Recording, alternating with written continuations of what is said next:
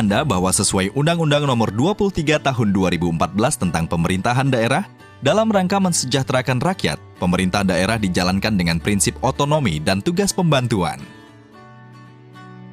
Untuk menjalankan otonomi daerah dan tugas pembantuan tersebut, maka daerah membuat peraturan daerah. Jadi bisa dikatakan bahwa peraturan daerah adalah peranti lunak pemerintahan daerah. Melalui peraturan daerah inilah kehidupan masyarakat suatu daerah diatur agar aman, tertib, dan tentram.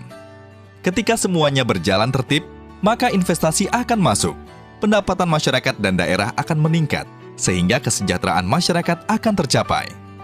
Namun terkadang ada sebagian masyarakat yang tidak memahami pentingnya peraturan daerah. Mereka berlaku tidak taat, melanggar peraturan daerah, sehingga mengganggu ketertiban dan ketentraman masyarakat. Akibatnya, investor menjadi malas untuk berinvestasi, sehingga berdampak tidak tercapainya kesejahteraan masyarakat.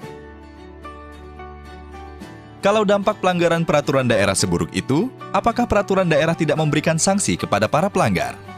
Ada, yaitu sebagaimana yang diamanatkan pada pasal 238 Undang-Undang Nomor 23 Tahun 2014 tentang Pemerintahan Daerah. Jadi, siapa yang harus menegakkan peraturan daerah? Sebagaimana pasal 255 ayat 1 Undang-Undang Nomor 23 Tahun 2014 tentang Pemerintahan Daerah, yang bertugas menegakkan peraturan daerah adalah Satuan Polisi Pamong Praja. Jadi seorang polisi Pamong Praja harus paham loh guys, bagaimana pola tindak, pola sikap, dan pola operasi yang harus dia lakukan dalam penegakan perda. Tapi perlu diingat ya, bahwa kewenangan Satuan Polisi Pamong Praja hanya menegakkan sanksi non-pidana di dalam peraturan daerah. Sampai sini, paham ya? Oke, kita lanjut lagi. Nah, kalau Satuan Polisi Pamong Praja hanya menegakkan sanksi non-pidana, lantas untuk sanksi-sanksi pidana, siapa ya yang menegakkan? Sesuai pasal 257 ayat 1 dan 2 Undang-Undang Nomor 23 Tahun 2014, yang menegakkan sanksi pidana perda adalah penyidik sesuai dengan ketentuan peraturan perundang-undangan dan penyidik pegawai negeri sipil atau PPNS. Terus, siapa yang dimaksud dengan penyidik pegawai negeri sipil tersebut? Yang dimaksud penyidik pegawai negeri sipil atau PPNS untuk penegakan perda adalah PPNS yang memiliki kawalan Undang-Undang Nomor 23 Tahun 2014. Oh, jadi sudah ada petugas yang menegakkan perda ya? Terus bagaimana petugas-petugas tersebut melakukan proses penegakan perda? Begini guys, dalam proses penegakan peraturan daerah, senantiasa harus dikedepankan persuasi dan tindakan non-justisial terlebih dahulu oleh Satpol PP ya, yakni melakukan sanksi-sanksi non-pidana seperti sanksi administratif, dibantu oleh Dinas Pemangku Peraturan Daerah. Kalau sanksi administratif sudah diberikan, namun masih saja melanggar, tindakan apa yang harus dilakukan? Jika demikian, maka Satpol PP akan melaporkan tindakan pelanggaran tersebut kepada PPNS. Selanjutnya, atas laporan kejadian tersebut, PPNS diperintahkan untuk bertugas menegakkan sanksi pidana atas pelanggaran yang dilakukan. Lantas, siapa yang memerintahkan penyidikan oleh PPNS? Yang memerintahkan adalah atasannya. Oleh karena itu, atasan PPNS seyogyanya adalah PPNS. Dalam hal atasan PPNS bukan PPNS, maka surat ditandatangani oleh PPNS diketahui oleh atasannya. Sebagai institusi yang diberi amanat untuk menegakkan perda, maka Satpol PP berfungsi sebagai koordinator dalam proses-proses penegakan perda di daerahnya. Karena perda memuat juga sanksi pidana yang harus ditegakkan oleh PPNS. Maka Kepala Satuan Polisi Pamong Praja dan pejabat yang membidangi penegakan perda di Satpol PP harus memiliki kualifikasi PPNS agar bisa memerintahkan anggotanya yang PPNS untuk melakukan tindakan penyidikan. Bagaimana proses penyidikan yang dilakukan PPNS dengan kawalan Undang-Undang Nomor 23 Tahun 2014 tentang Pemerintahan Daerah yang merupakan rujukan atas seluruh peraturan daerah? Sebagaimana ketentuan pasal 238 ayat 2 Undang-Undang Nomor 23 Tahun 2014 tentang Pemerintahan Daerah, sanksi pidana kurungan perda bisa sampai dengan maksimal 6 bulan. Artinya dalam perda bisa terdapat 1. Tindak pidana ringan sesuai dengan pasal 205 KUHP, yakni perkara yang diancam dengan pidana penjara atau kurungan paling lama 3 bulan dan atau denda sebanyak-banyaknya Rp7.500 yang dilakukan dengan acara pemeriksaan cepat di pengadilan. 2. Tindak pidana di luar pasal 205 KUHP yang dilakukan dengan acara pemeriksaan singkat yang menurut penuntut umum, pembuktian serta penerapan hukumnya mudah dan sifatnya sederhana. Lantas bagaimana proses penyidikan terhadap pelanggaran perda yang memiliki sanksi pidana penjara atau kurungan maksimal 3 bulan atau kategori tindak pidana ringan tersebut? Proses penyidikan tipiring dapat dilaksanakan di kantor atau di luar kantor dengan pertimbangan penanganan yang cepat dan tuntas. Itulah kenapa ada istilah sidang di tempat, yakni pelaksanaan sidang yang dilakukan di tempat kejadian perkara, segera setelah dilakukan penyidikan oleh PPNS. Setelah PPNS menerima laporan atau aduan atau mengetahui langsung adanya tipiring, maka segera cari saksi, tersangka, dan barang bukti yang terkait kasusnya. Segera lakukan pemeriksaan singkat dan temukan unsur pasal yang dilanggar serta pengakuan tersangka.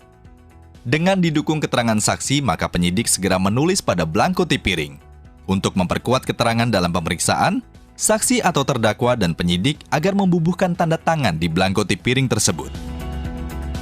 Jangan lupa untuk mencatat jenis barang bukti yang telah disita. Apabila tersangka tidak bersedia menandatangani blanko acara pemeriksaan, uraikan secara singkat alasan-alasannya di lembar belakang. Jika penyidikan sudah selesai, penyidik harus memberitahu kepada terdakwa untuk hadir dalam sidang tipiring sesuai waktu yang ditetapkan. Di persidangan, PPNS yang bertindak sebagai penyidik pelanggaran tipiring tersebut atas kuasa undang-undang bertindak selaku penuntut umum terhadap terdakwa, sehingga harus mengikuti sidang sampai dengan ditetapkannya vonis oleh hakim. Terus, bagaimana dengan proses penyidikan pelanggaran perda yang non-tipiring?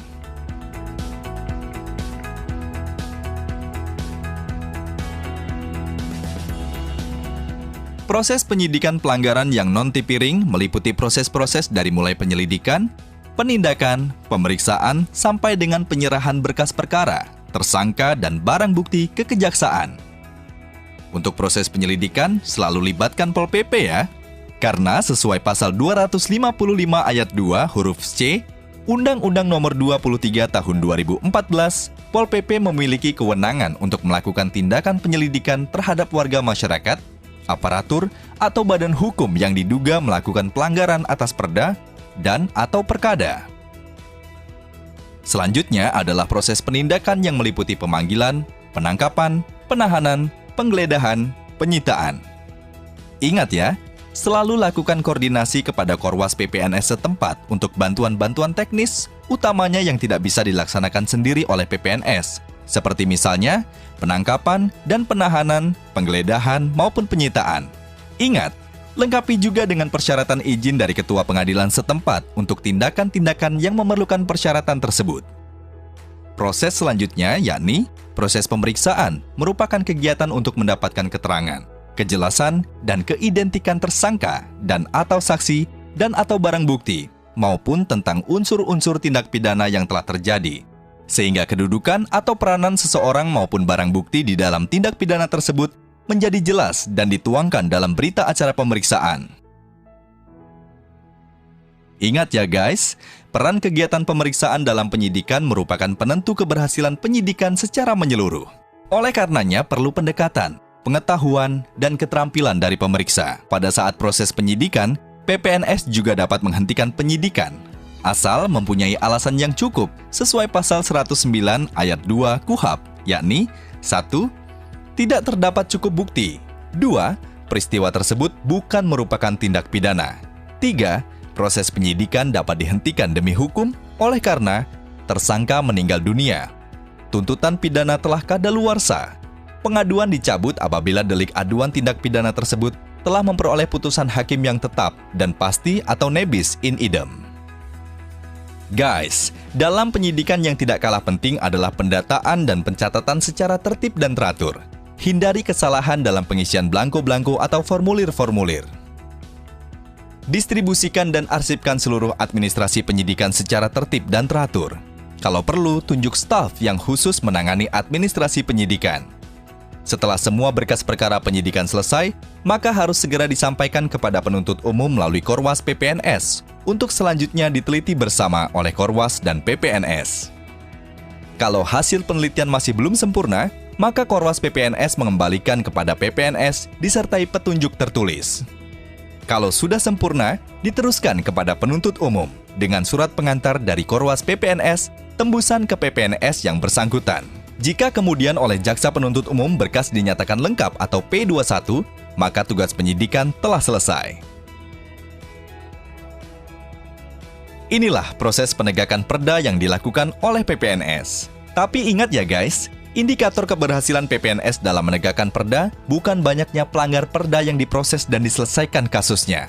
Namun, dengan dilakukannya penegakan perda tersebut akan meningkatkan kesadaran masyarakat agar patuh terhadap aturan. Apabila masyarakat sudah patuh terhadap aturan, kondisi daerah akan dinamis, yang memungkinkan pemerintah daerah dan masyarakat dapat melakukan kegiatan dengan tentram, tertib, dan teratur. Dengan demikian, investor akan masuk, sehingga kesejahteraan masyarakat pun akan terwujud.